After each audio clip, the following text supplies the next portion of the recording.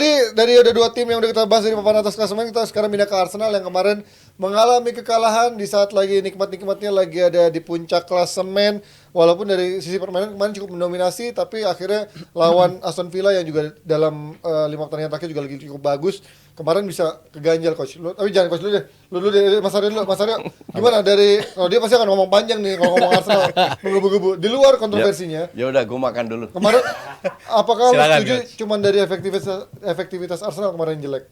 Iya, pengaruhnya efektivitas Arsenal kelihatan buruk gitu ya. Cuman kan lu bisa dibuat kayak gitu kan juga karena sistem bertahan lo yang cukup rapi. Yang berapa pertandingan yang gue sebut ketika preview kan gue bilang, ini tim juga susah juga untuk diakalin gitu kan. Ini tim bukan high defense line banget, tapi bukan low block banget. Mid blocknya itu yang tricky, buat orang gampang sekali terkena offside. Lu butuh banyak kreasi untuk bisa ngebongkar sistem main mereka. Ya walaupun mereka juga kemarin mainnya nggak bagus juga.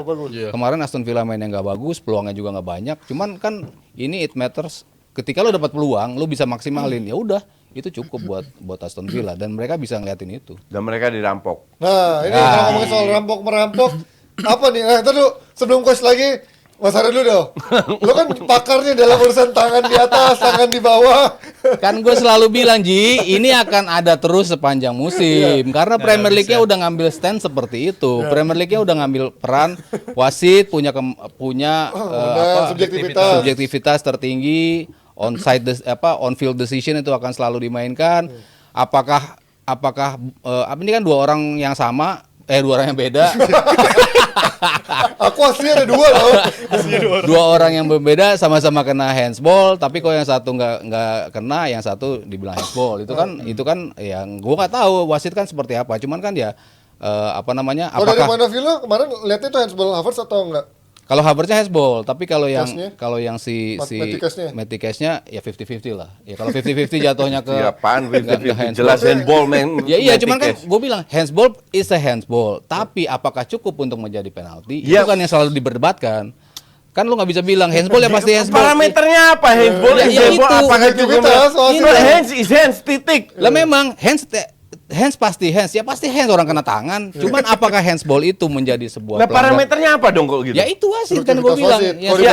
Gampang disuap dong kalau gitu. Kok suap lah. Gini, kalau untuk soal parameter ya, untuk soal parameter yang gue tahu soal pedoman di Liga Inggris, untuk pemain yang bertahan dalam situasi ini si Cash itu parameternya jelas proximity, jarak dia ke bola itu berapa. Udah gue bahas kan berapa kali. Iya, mungkin kalau soal kena case-nya itu kena tangan, betul kena tangan, tapi nggak cukup untuk handball. Nah, untuk balik lagi ke peraturan.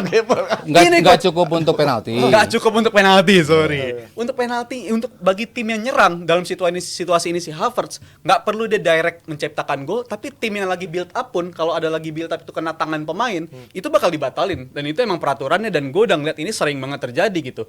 Jadi soal si Cash-nya, emang dia pemain bertahan, jadi dia mempertahankan itu, ya itu lagi, interpretasi handball ketika pemain bertahan sama pemain nyerang tuh berbeda. Itu emang ada peraturannya di FA, yang jelas mungkin beda kalau di Champions League. Mungkin kalau di Champions League statusnya si Cash yang kena handball, dan itu penalti untuk Arsenal.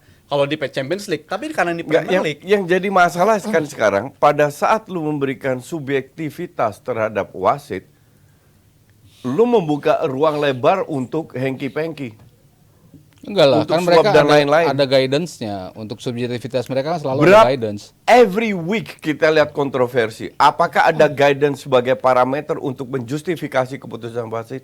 Nol. Ada Zero. guidance-nya. Nggak ada. Ada dong guidance-nya. Ketia kenapa nggak dapat? Gapsus kenapa nggak dapat penalti? Apa guidance-nya? Itu gue fair, itu gue bilang penalti. Alah, kalau soal handball ya, soal handball kan kalau bicara yang pelanggaran Gapsus, iya itu lebih ke kenapa nggak dikasih? Mana guidance-nya? Padahal kan ada VAR.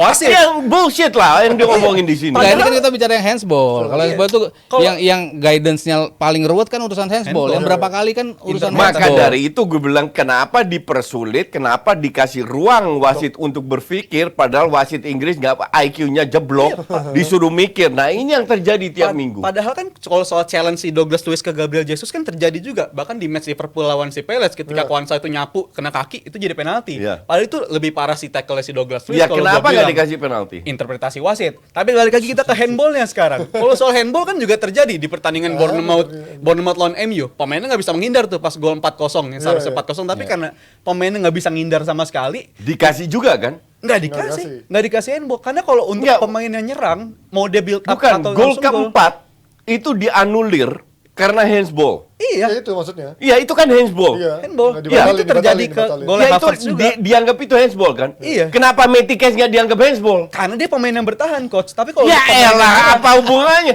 Ini Dari ada mana aturannya, ada ada- prioritas pemain bertahan dan menyerang? Ini ada aturannya, Ada Coach. aturannya itu. Untuk pemain yang nyerang, jangankan kalau Havertz itu kontaknya langsung gol, mau dia situasi dari build up sekalipun, dari situasi 2 menit sebelum terjadi gol. Kalau dalam build up tim yang lagi nyerang itu kena tangan, mau dia nggak ada perhitungan proximity atau apa lagi. Kalau kena tangan dalam build up, mau itu gol. Lu masih inget Arsenal, kalau nggak salah Saliba atau apa, nggak sengaja kena tangannya dikasih hand juga. Pemain bertahan kan? Ya, Itu karena dalam mempertahankan gawang dia, apalagi nyerang. nggak bertahan. Nah itu yang gue maksud, untuk pemain bertahan proximity-nya itu dihitung, abis itu situasinya dihitung. Tapi kalau untuk nyerang dan menjadi gol, itu peraturannya udah firm banget, coach. Mau lu Handsball sengaja pasti langsung pelanggaran. kena tangan pasti pelanggaran. Mau lu nggak bisa ngindar, mau itu kena tangannya faktornya. Maguire segala pernah macam. juga kan kena, yang bukan salah dia, Yang ada belakang. Dorong. angkat dikit doang. Sama itu yang bola jauh itu yang dia kena handsball dikit kan. Iya. Iya, kalau bola jauh itu lebih Nah itu kan defender juga. Kalau bola jauh itu lebih gampang kena itu handsball. Karena itu kan bola jauh, lu ada kesempatan untuk melihat itu datang. Proximity itu loh yang Jarak. itu yang menjadi. Makanya kan gue bilang berapa kali kan gue bilang proximity acuannya tuh banyak. Bangsat Proximity. Wasit Premier League rumusnya banyak banget ya anjing. Emang iya, makanya gue Aturannya bilang, ada. gue kan nanya, Mas, ini akan terjadi terus nggak? Akan terus, Ji. Tiap pekannya mungkin akan terjadi. Ya karena itu Beda wasit ini beda subjektivitas. Nggak. bilang ini. Ya maka wasit dari nanti itu bedain. jadi nggak ketahuan disuap atau enggak karena proximity itu.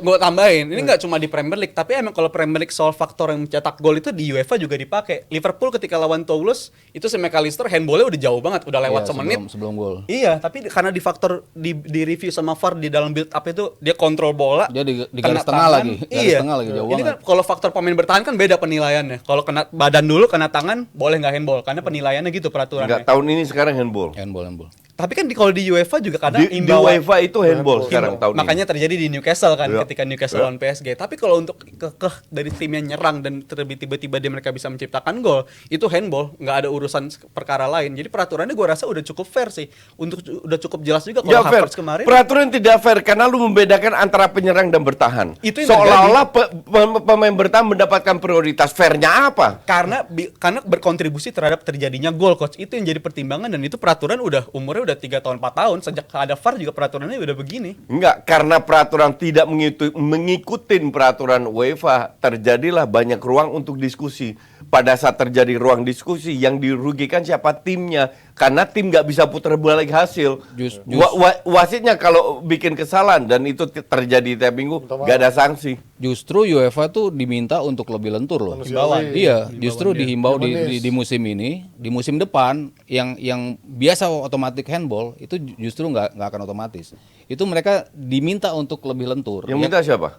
Ya perkumpulan itu wasit dan juga pelatih dan juga pemain mantan Iya, pemain. biar membuka ruang untuk Enggak maksudnya suap. biar enggak Biar jadi lihat Premier League, wah, biar pemain enggak udah jadi dapat duit biar nih. mainnya tuh enggak kayak robot-robot banget lah. Ini pasti ini enggak. Subjectivity itu yang dinilai. Ya, justru itu yang jadi masalah. Dan ditambah Subjektivitas itu yang Ya jadi kalau mendingan masalah. kalau nggak pakai ada robot, mendingan buang tuh VAR sekalian. Iya. Biar manusiawi Bener sekalian. ya, biar Jawabannya ada gitu subjektif. kan. Lu udah punya VAR Enggak. masih subjektivitas. Nggak make sense gitu loh. Kalau VAR kan udah gua singgung juga sebelum VAR ada nggak VAR salah. tuh penilaian tuh lebih sering banget salah wasit ketika nggak ada VAR. Itu kan Ya udah sekarang jelas. ada VAR masih salah kok. Cuman kesalahannya tuh cuma 1%.